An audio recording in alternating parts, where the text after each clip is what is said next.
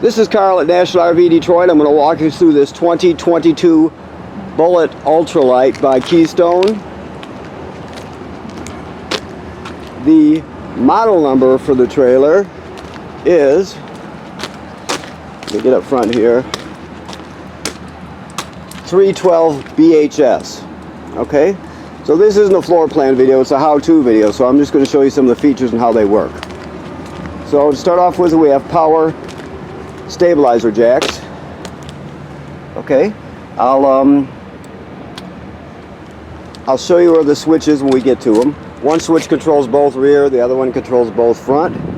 Here, with the yellow cap on it, is the quick connect for the LP system. This grill here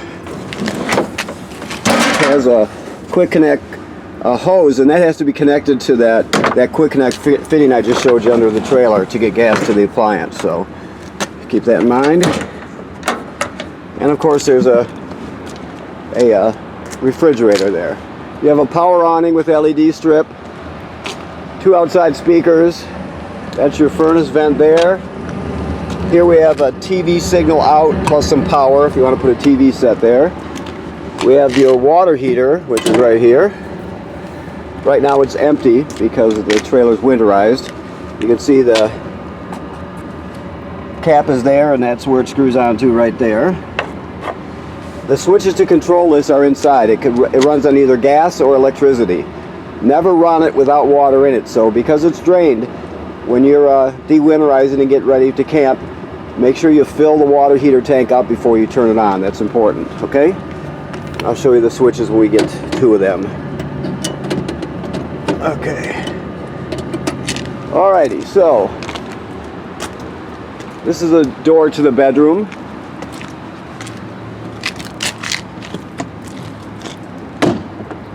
This is let's see. These are your cranks. This is the 3/4 inch crank. This one here can be used for the power stabilizers if they fail. You see it's a cylinder with a slot cut in it. If you have an issue with the power stabilizers, you can come around here to the off door side, and you can see that cylinder with a slot will fit right on that shaft with a pin. So you can actually crank these manually if you need to get yourself out of trouble. Now I showed you the 3/4 inch crank. That's for your power tongue jack in case it fails. If something was to happen to it, you can pull this rubber plug right off the top, put that crank on there, and you can crank it manually too if you need to. Okay? Of course, you have a deep cycle marine battery. This is the kill switch for your battery. You can actually shut it off if you need to. LP tanks which are full. Power tongue jack. Over here is your water. This right here is your solar controller for your solar panel. There's no monitor for it. You use your phone for a monitor. So you're going to download this Victron app for your phone. Then you'll select it. The log on is 6 zeros, right? And I already have updated this. The firmware is updated. The software is current. So it'll tell you everything you need to know about the solar system, how much amperage you're gaining from the sun, the voltage of your system, amp hours, everything you need to know it'll tell you. But you have to use your phone as a monitor, okay? Alright, so this is your sprayer right here. You have these valves here which puts it in winterized mode and water heater bypass mode for when you're winterizing it, okay? You have a city water hookup right here. This is the most common way to get water to your trailer right there. Oh, wait, there's a light. Okay, right there.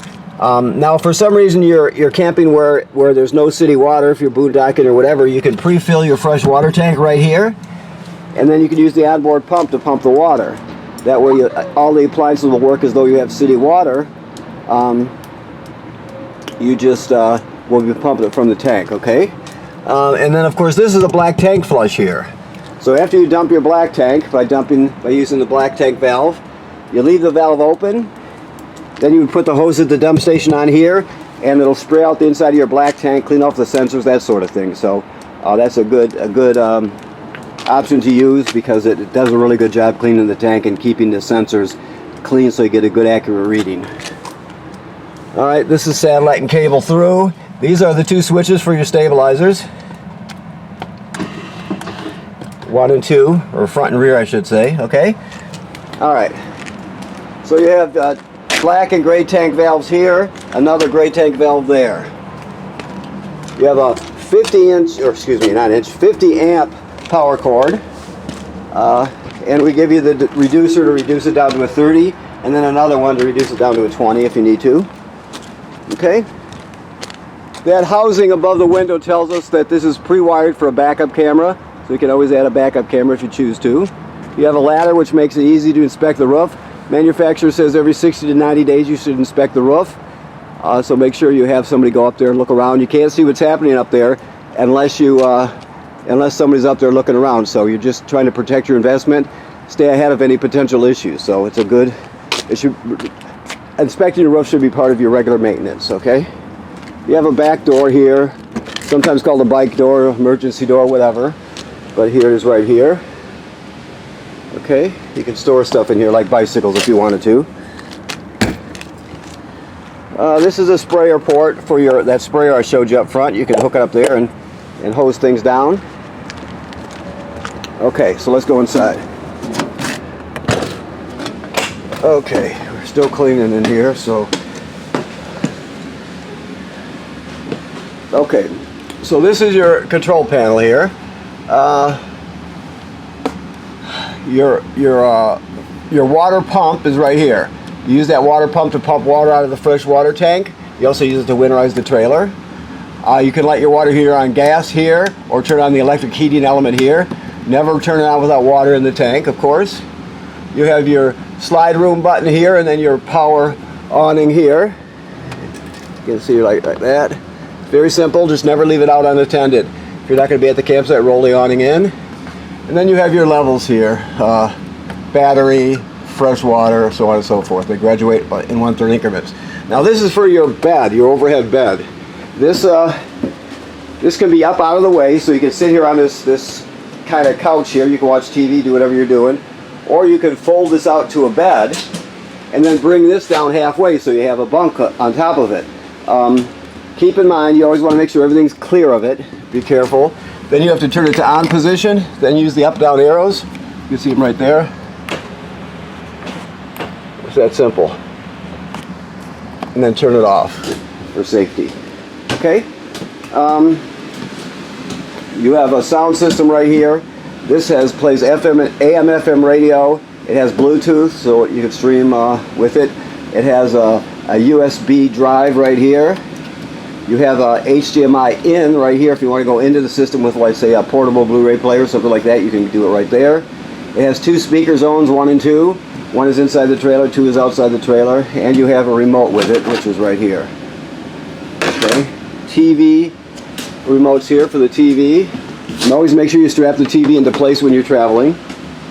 Okay, you have a 12-volt DC refrigerator, compressor refrigerator, just like you have at home, except it runs on 12 volts DC. Okay, you have a power awning right here. Oh no, no, this isn't the power awning. This is a range hood vent right here. So you can turn it on just like that.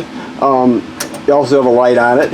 You have a microwave, which works like every other microwave.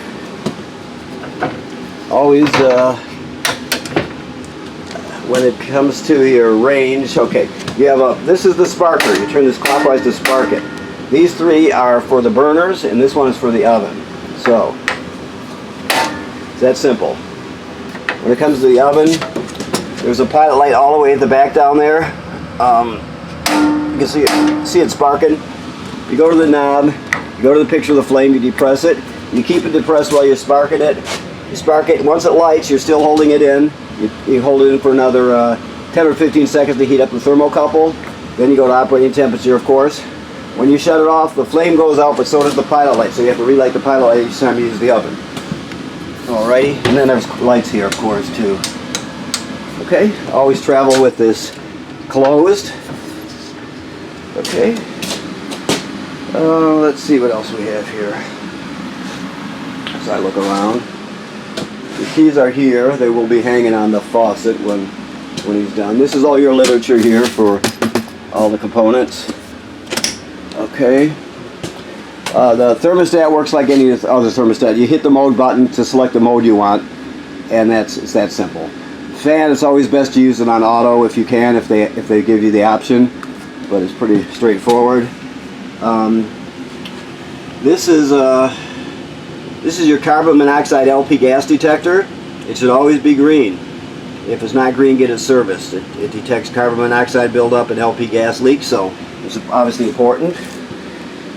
We have a table, or a counter extension, I should say. Okay, theater seats. It's self-explanatory. You can drop this table down onto these cleats here, right? And turn it into a bed if you need to. Alrighty, still looking for something here. It must be in the bedroom. Okay, yeah, I would think so. Let me go look.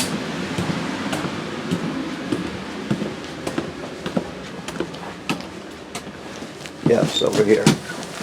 Let me get some light here. Okay. Yes, I am, but you can come in. So this is the power converter. This converts AC to DC power. So you have 110 AC circuit breakers on this side. This is when you're plugged in, of course. They're all labeled. Then it converts the power to 12 volt DC over here, and they're all labeled. It's also a battery tender, so it'll sense how much energy your battery up on the tongue needs, and it'll keep it charged while you're plugged in. Now when you're pulling down the road, of course, your tow vehicle keeps the battery charged through the charge line, and then the solar panel charges the battery as it can, depending on the weather conditions and the time of day and all that sort of thing, okay? So you got 3 ways to charge the battery. You have some storage under here, as you can see. More storage here. This is an emergency window here. For escape, you just go like this, you push it all the way through, then you grab hold of the tab and you pull the screen out and you can escape in an emergency. Okay. You have 2 air conditioners in this. That's why it's a 50 amp system, so you'll have 2 air conditioners. Okay. You can hang another TV here. There are hookups and a backing plate for a bracket. You also have the other TV, which is back here. I'm confused as to why there are 2. Oh no, well, I'm not confused. There's 2 TVs. Duh. Okay, so now I'm not confused. So you have your 2 remotes for your 2 TVs, and you also have the option of installing a 3rd one up in the bedroom there. Always strap this in place. Make sure it's retracted all the way out of the way when you're bringing the bunk up and down. Let's see what we have here. Okay. All right. The rest is self-explanatory stuff. Of course, any light that doesn't turn on with the master switch has a button on it, like so. And let me look one more time here. There's something else here, I think. Maybe not. Maybe I covered the whole thing. Okay. All right. So I want to thank you for purchasing your trailer here at PanelRV Detroit. Please keep in mind that you need to inspect your roof every 90 days, 60 to 90. That's important. People generally don't do that enough. And this is winterized right now, so the antifreeze is, the water's been purged from the system with antifreeze, and the water heater is bypassed and empty right now. So make sure you put in the spring, when you're de-winterizing, make sure you put the valves and the water heater in the correct position, and make sure you fill it up before you turn it on. That's important, okay? Thank you very much.